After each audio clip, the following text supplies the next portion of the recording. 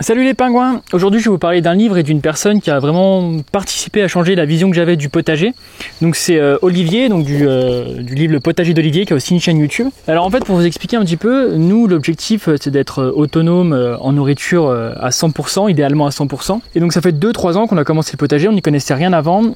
Et on a vraiment des objectifs idéaux, on va dire, donc de très peu arroser, d'utiliser que des intrants qui sont sur notre terrain, donc pas aller acheter du paillage ou des engrais ailleurs, faire nous-mêmes tous les semis pour pouvoir planter, avoir nos plants à mettre en terre et pas aller acheter des plants déjà tout faits en magasin. Et en fait, on a essayé de faire ça donc les 2-3 premières années et l'été dernier, ça a été vraiment un échec très important. Vers mi-août, c'était la catastrophe. On n'a quasiment eu aucune récolte et on a laissé vraiment le potager de côté à l'abandon. Et donc on s'est beaucoup remis en question cet hiver pour savoir qu'est-ce qui allait pas, qu'est-ce qu'il faudrait faire différemment.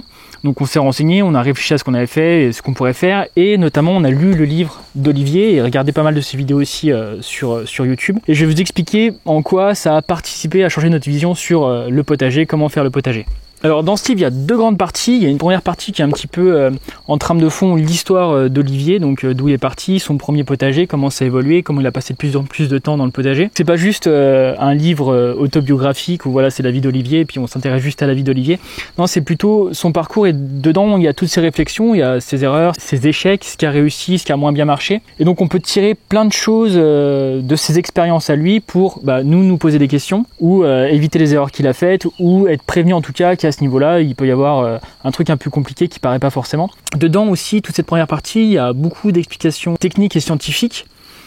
Par exemple, il va nous parler du pH du sol qui idéalement devrait être vers 6,5, donc il nous explique qu'on peut tester assez facilement et comment le faire. Il nous explique aussi ce qu'il faut faire si jamais le pH n'est pas bon, ce qu'il faut mettre s'il est trop élevé, ce qu'il faut mettre si c'est pas assez élevé. Et donc il y a plein d'infos comme ça sur l'arrosage, sur le rapport carbone-azote par exemple. Il rentre pas dans les détails, c'est pas un cours magistral avec des données vraiment techniques et scientifiques avec des rapports, des études, des schémas.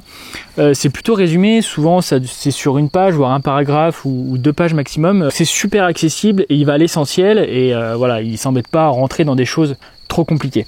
Donc ça c'est super intéressant quand on n'est pas expérimenté comme nous, plutôt parce qu'il y a tellement de choses à prendre en compte. Il y a l'arrosage, le pH, les apports en engrais, etc. Et c'est compliqué d'arriver à tout maîtriser, de tout comprendre vraiment les impacts que ça peut avoir ou pas.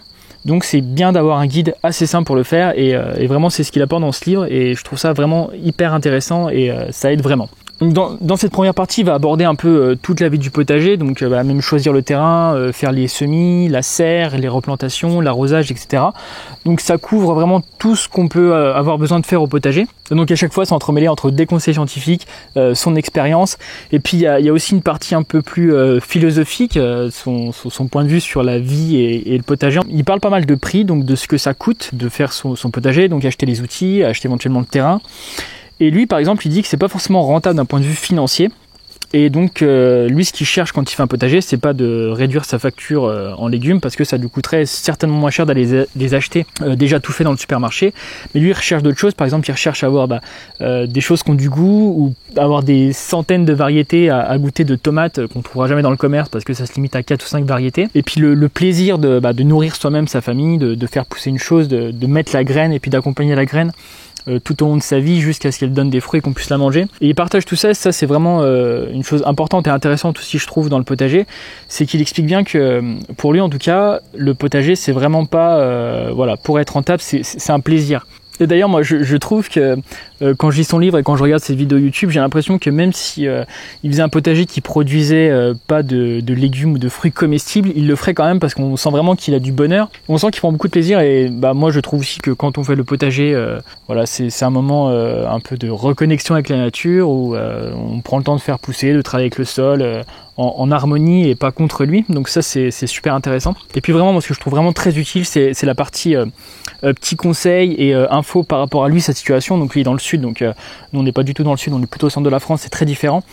Mais ça donne vraiment des pistes. Par exemple sur l'arrosage, il y a un moment dans son livre, il écrit que donc la terre par mètre carré a besoin à peu près de tant d'eau, et donc ça fait par exemple un arrosoir tous les 3 jours au mètre carré.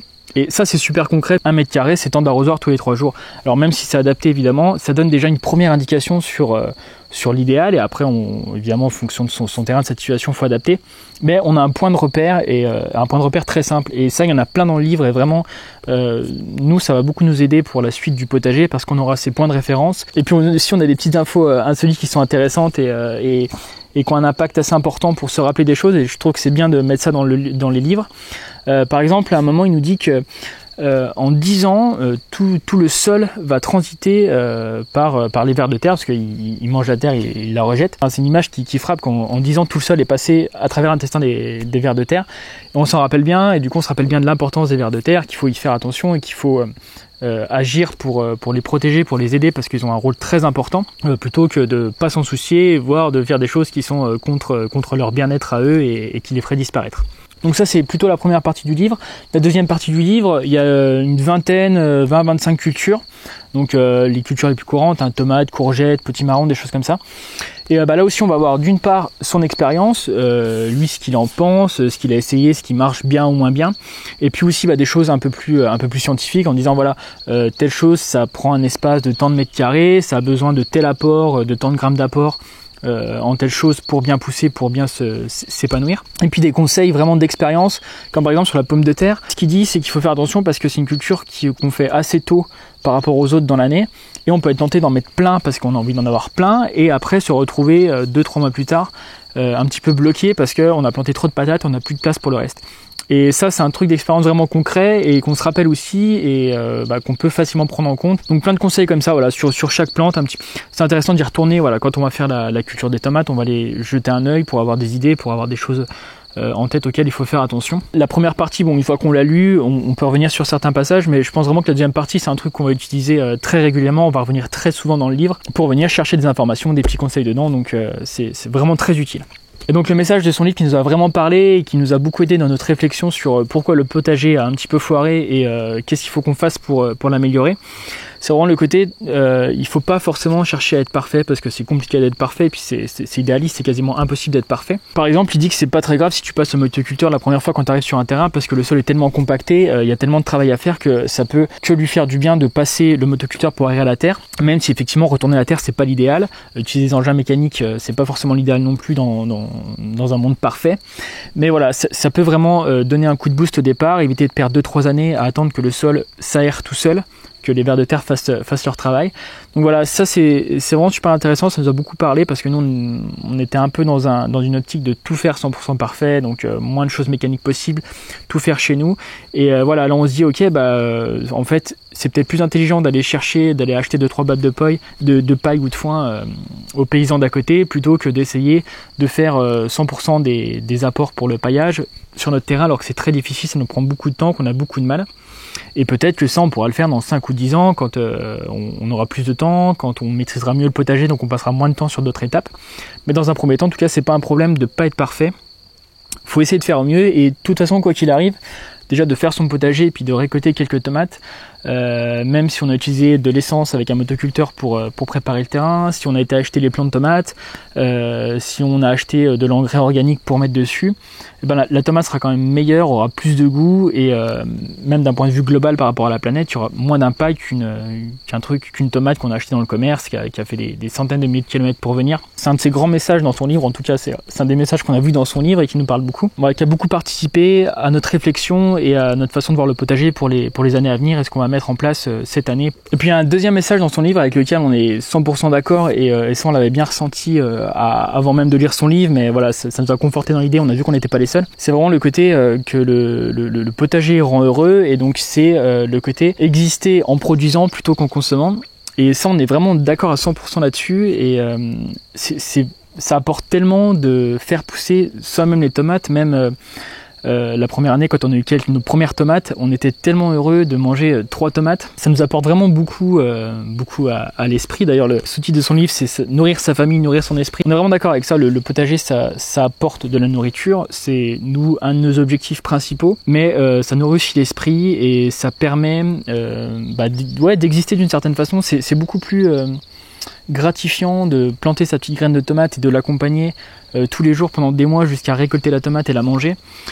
Plutôt que nous, par exemple, dans notre métier, on est informaticien, c'est vraiment pas concret, tout est virtuel, il y a rien qui est palpable. Et là, on passe dans quelque chose qui est vraiment palpable, on sent l'impact qu'on a. Il faut aussi se soumettre à la nature parce que on peut pas, si on veut une tomate, on peut pas juste avoir une tomate tout de suite, il faut déjà prévoir des mois à l'avance de faire les semis, d'arroser, de replanter, d'accompagner la plante, etc. Je suis vraiment d'accord avec ce message-là de produire pour exister plutôt que consommer pour exister. C'est un message qui nous parle beaucoup. Comme je disais au début de la vidéo, Olivier il a une chaîne YouTube qui s'appelle Le Potager d'Olivier.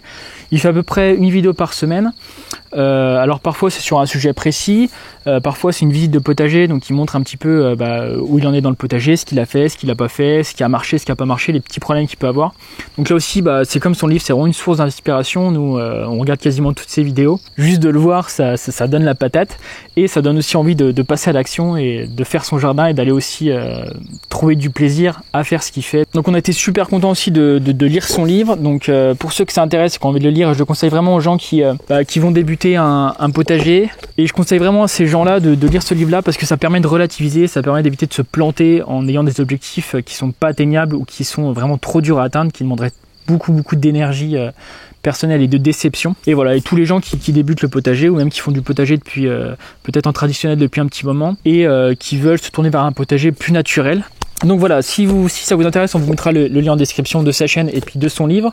Je crois qu'il est 25 € chez Terre Vivante. Voilà, si ça vous intéresse. J'espère que ça vous a donné envie de le lire ou en tout cas d'aller voir la chaîne YouTube d'Olivier parce que vraiment ça vaut le coup. Et moi je vous dis à bientôt pour une nouvelle vidéo. N'hésitez pas à vous abonner si ça vous a plu. Et nous on a une autre chaîne YouTube où l'objectif c'est de montrer notre chemin vers l'autonomie. Donc le potager c'est une grosse partie, ça en fait partie. Donc pour l'instant sur cette chaîne on parle beaucoup de l'autoconstruction de notre maison parce qu'on est parti d'un pré et on a commencé par faire notre maison, donc on parle beaucoup de ça dans un premier temps, un petit peu moins de potager, mais ça viendra. Donc si ça vous intéresse le potager, l'autonomie, la production de nourriture en abondance, n'hésitez pas à aller faire un tour sur notre chaîne. Et moi je vous dis à bientôt les pingouins.